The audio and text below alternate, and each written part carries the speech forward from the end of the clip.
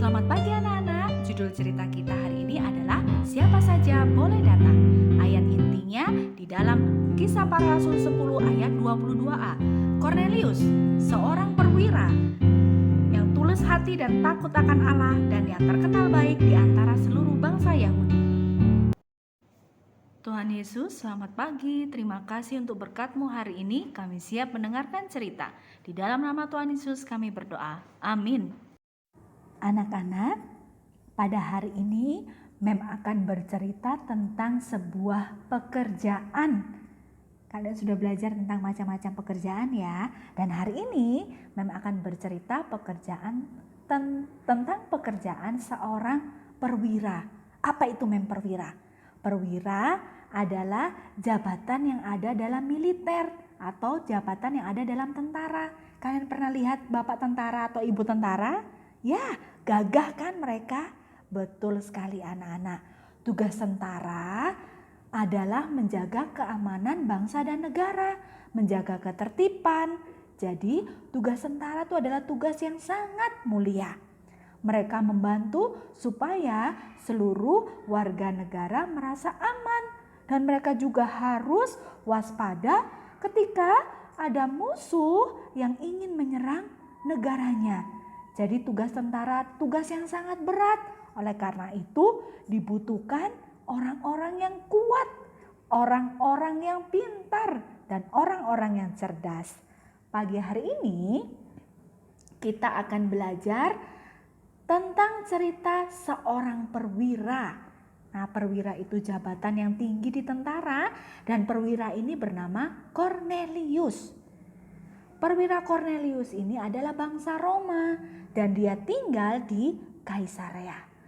Meskipun dia adalah orang Roma, tetapi Pak Cornelius dan keluarganya ini sangat menghormati Tuhan. Pada saat itu, orang Yahudi selalu menyebut bangsa-bangsa lain yang tidak menyembah Tuhan seperti orang Yahudi disebut sebagai bangsa yang kafir.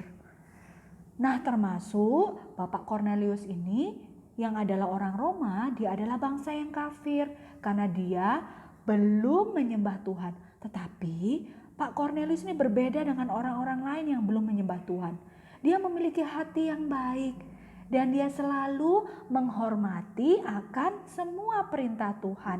Oleh karena itu, orang-orang yang ada di dekat Pak Cornelius ini selalu berbahagia dan bersukacita karena melihat kebaikan dari Bapak Cornelius.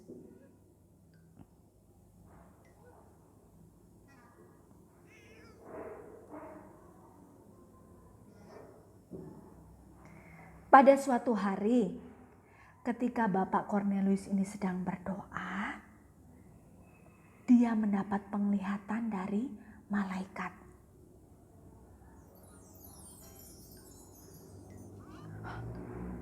Bapak Cornelius terkejut oleh penampakan malaikat yang ada di depannya.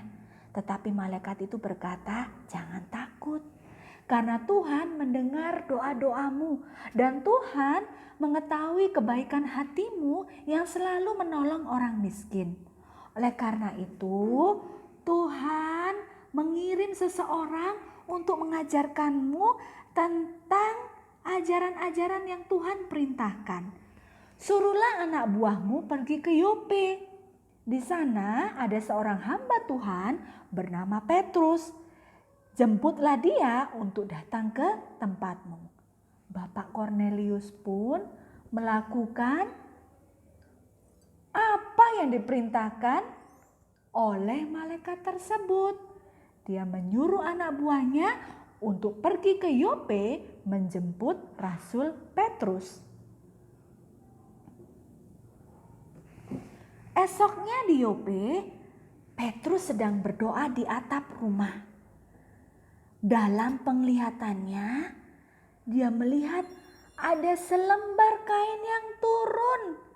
Dan kemudian ada bermacam-macam binatang di dalamnya. Tuhan berkata, "Sembelihlah binatang-binatang itu."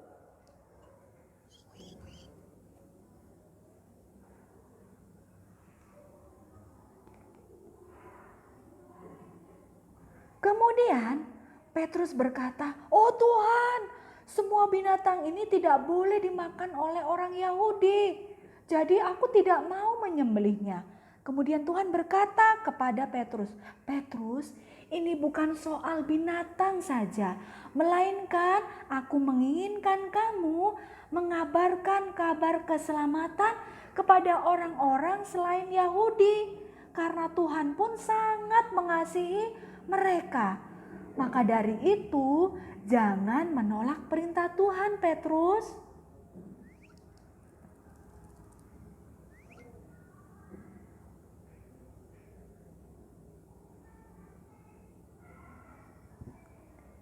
Nah, saat itulah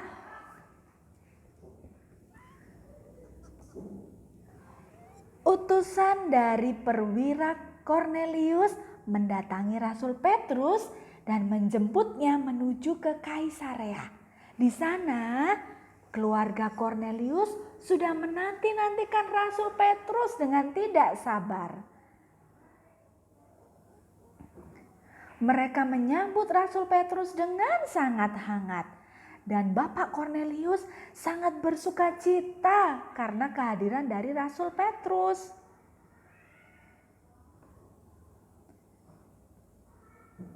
Kemudian Rasul Petrus berkata kepada Kornelius, "Tuhan sudah memberikan penglihatan kepadaku. Tuhan menyuruhku untuk memberitakan kabar keselamatan kepada orang-orang yang ada di Kaisarea." Dan betul, Bapak Kornelius dia mengundang seluruh sahabat-sahabatnya, dia mengundang keluarganya untuk mendengarkan cerita dari Rasul Petrus tentang keselamatan yang diberikan oleh Tuhan.